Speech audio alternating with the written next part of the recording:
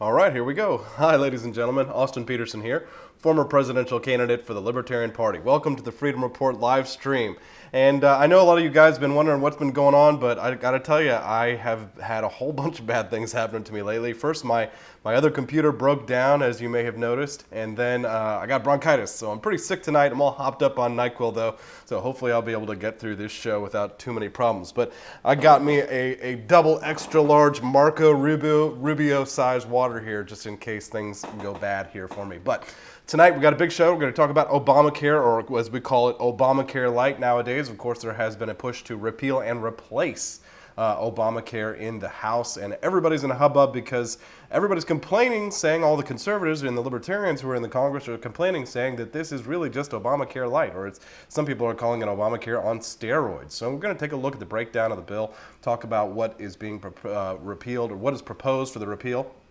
And yeah, so thanks a lot for joining me. But like you guys said, before we start with that topic, I know you guys are always concerned about my health and well-being, and I noticed the other day that somebody was really concerned about my health and well-being because on my personal Facebook page, I posted about how I was, about how I've been sick.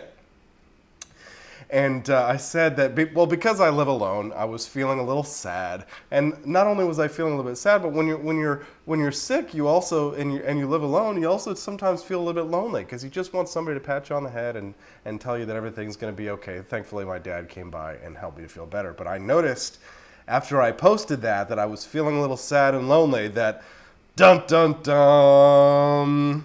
Front page, red alert, politics, big news, breaking news. This is not fake news, ladies and gentlemen. This is the real big scoop right here. The alternative facts, if you will. Actually, they're not alternative facts, they're just true, but a former presidential candidate is feeling sad and lonely, according to Parda Sela, who writes that in a Facebook post, Austin Petersen said he's feeling, quote, pretty horrible today, but I guess the flu's going around.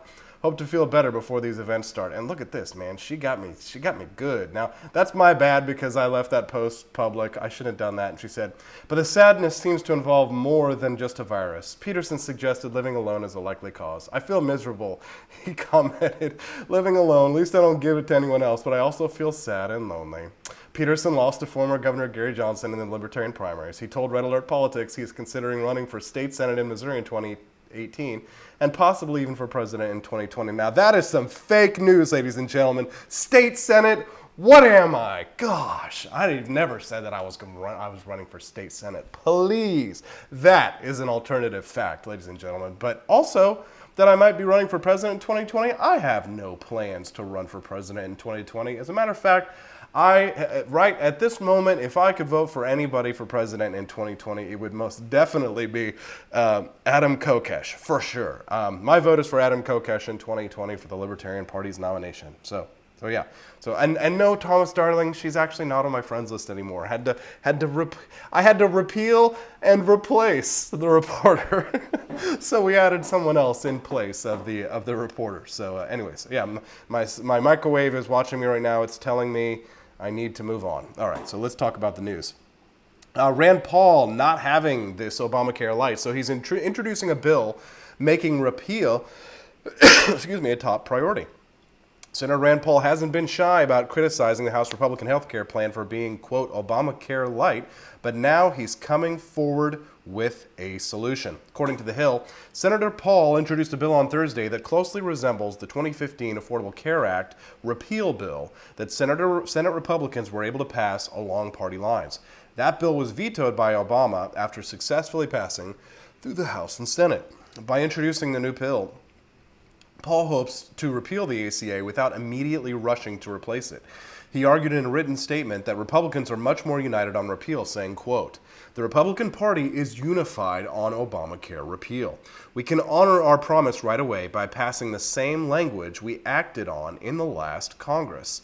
Absolutely, guys. Don't you think that they should be able to just do what they've already done in passing legislation? So it seems to me like that would be the kind of thing that they would be able to do. But Paul continued by pointing out that they could replace it later on, saying, quote, we can have a separate vote on replacement legislation that will deliver lower costs, better care, and greater access to the American people. According to The Blaze, Rep. Jim Jordan introduced the same bill in the House of Representatives. He argued on Tuesday that the current GOP proposal to repeal and replace the ACA will not pass. Senator Paul gained media attention last week when he scoured the Capitol in an attempt to gain access to the GOP healthcare proposal before it was officially introduced. Paul believed the proposal would fall short of a true repeal, a suspicion that he confirmed after it was formally introduced. While trying to find the bill last week, Paul explained why the issue is important, saying, quote, "We want to see the bill. We have many objections. We're here asking for a written copy of this because this should be an open and transparent process.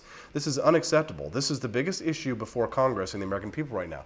And Paul rightly noted that, of course, in his home state of Kentucky, it's actually illegal for legislation to be manufactured in private. So I think that why don't we have that federally? That's probably a really good idea. We should probably consider having this as a federal law that legislation should be contracted in the public eye. My friend Michael Murphy wrote a really good post today on Facebook, which I think is terrific, saying, "I love how those who support RhinoCare are using the CBO report to show that RhinoCare is good, while at the same time stating that the same CBO report should not be taken into consideration, where it points out the flaws in RhinoCare. Hypocrisy much. RhinoCare is nothing more than an ad hoc plan because the GOP leadership were never serious in repeal and replace. The entire time they were performing kabuki theater under Obama with their go-nowhere votes on repeal. They assumed Hillary Clinton would be president. Well, didn't we all? They could then blame her for not being able to repeal Obamacare while keeping the lobbyists happy. Now, under Trump, they're trying to perform a balancing act to keep both the lobbyists happy and the GOP grassroots happy for 2018.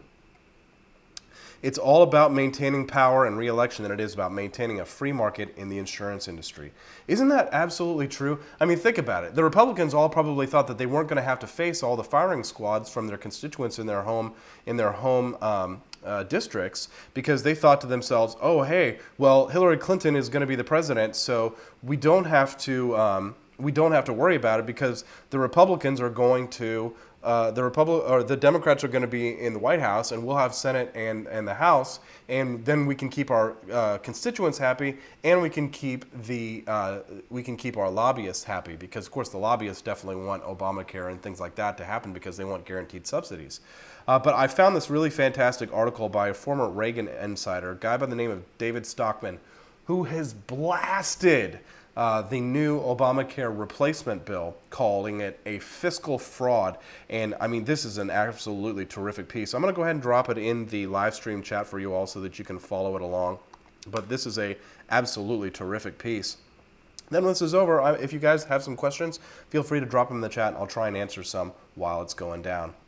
Obamacare Lite is a fiscal fraud. Speaker Ryan's Obamacare repeal and replace plan, as I've been predicting, is a complete fiscal disaster.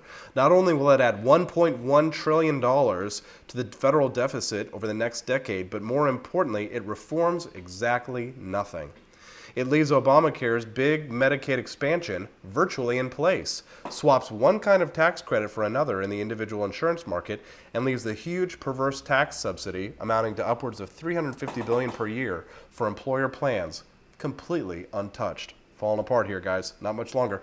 This latter point exemplifies the profiles in cowardice that suffuses the Ryan plan and shows that if the legislation ever does make it through the House and Senate, it will cost every penny as much as Obamacare when all the vote-getting deals are finally done. Excuse me, sorry guys. From a fiscal perspective, the Ryan plan starts $1.1 trillion in the hole on a 10-year basis because it repeals appropriately the individual and employer mandates and the Obamacare taxes on providers, high-cost plans, medical devices, and high-income taxpayers. The mandates would have generated nearly $300 billion in fines over the next decade, according to the CBO, and upwards of $800 billion from the Obama tax grabs. So the new plan is bleeding $1.1 trillion in red ink before the black ink is dry on the remainder of its 123 pages. Likewise, an earlier draft of the Paul Ryan plan provoked an outcry from fiscal hawks in the Freedom Caucus and Republican Study Group because it established a new entitlement in the guise of reform. In typical fashion, however, the revised plan puts a fig leaf over Ryan's age-based tax credit entitlement by eliminating Bill Gates' eligibility for his $4,000 tax credit. He's 61, along with a few other million Americans in the super affluent tier. I doubt, however, anyone who can do the fifth grade math will be fooled by Ryan's double shuffle. The new provisions still amount to a massive tax credit entitlement that in some ways is far more profligate than Obama's health exchange premium subsidies. In theory, upwards of 95% of households are eligible to claim some or all of these tax credits, which range from $2,000 to $4,000 per person based on tax credits. Then again, the tax, excuse me, based on age brackets, That's a multi-trillion-dollar entitlement under any other name. Then again, the tax credit for individual policies is only the tip of the medical entitlement iceberg. The U.S. has a sweeping medical entitlement system that will cost more than $24 trillion over the next decade, but Ryan's new plan simply perpetuates the status quo. These entitlements amount to almost double the 10-year cost of $13.2 trillion for Social Security and 7 times the $3.3 trillion cost for benefits like food stamps and welfare. $3.3 trillion. We are a wealthy nation in food stamps and welfare, and we still have people who are hungry in this country? That makes no sense to me. Yet the crushing costs of inflation and excessive utilization that has ballooned the U.S. healthcare system to 18% of our GDP, compared to 10 to 12% for virtually all other developed countries, results directly from these massive government subsidies. They foster a perverse system of socialism for beneficiaries and crony capitalism for the providers and their various cartels. The heart of the problem is a giant third-party payment system that essentially eliminates market pricing and consumer shopping behavior. The result is overutilization of services, overpricing, and free riding. When virtually everything is paid for by third parties, you do not have price-conscious, shopping-oriented, cost-minimizing consumers who have their own money at risk. That is an important part of the market. Just several hundred million cost-indifferent patients with various kinds of prepaid cards. Think of Medicare, Medicaid, Blue Cross, employer plans. Needless to say, there's no such thing as a true free market when there are no real consumers. Boy, this guy is dead on. What passes for the healthcare market today is just a bureaucratic clearinghouse where provider cartels attempt to maximize their billings while insurance companies, HMOs, PPOs, and utilization review and pre-approval agencies seek to minimize what they certify for payment. As a result, the medical professions and delivery system have morphed into Washington's greatest crony capitalist lobby. The consequence, in turn, is high prices, endless haggles over coverage and pre-approvals, and a complete loss of consumer sovereignty over their own healthcare costs and quality. And that is what the public, whether it fully recognizes it or not, fundamentally objects to about Obamacare. At the end of the day, this is healthcare socialism, and it is what will finally bankrupt America. Yet Speaker Ryan's Obamacare Lite plan keeps that system fully in place. After all, the K Street lobbies that essentially drafted this bill would have it no other way. Needless to say, if you lay an unreformed Medicaid program and ultra-generous tax credits on the current inefficient and bloated system, the only thing that would result is an eventual fiscal hemorrhage. The Obamacare exchange premium subsidies would have cost about $900 billion over the next decade. But I'm more confident than ever that the new Ryan medical credits will cost every bit that amount and more. How could it be otherwise when families with $250,000 of annual income are eligible for the largesse? But the real skunk in the woodpile is Ryan's smoke and mirrors on Medicaid.